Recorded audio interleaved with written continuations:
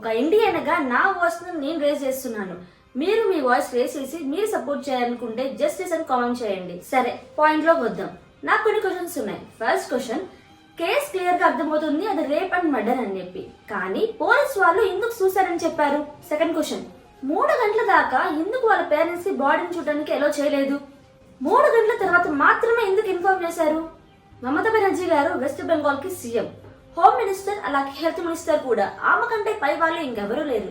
మరి అలాంటప్పుడు ఆమె జస్టిస్ చేయకుండా జస్టిస్ చేయమని ప్రొటెక్ట్ చేయడం ఏంటి? ఫోర్త్ పాయింట్, క్రైమ్ జరిగిన సిచ్యువేషన్ దగ్గర సీజ్ చేయాలి, కానీ సీజ్ చేయకుండా అసలు ఏం జరిగినట్టుగా నెక్స్ట్ డే రినోవేషన్ స్టార్ట్ చేయడం ఏంటి?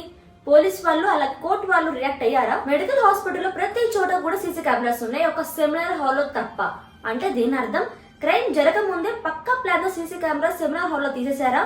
చివరిగా ఆర్జికర్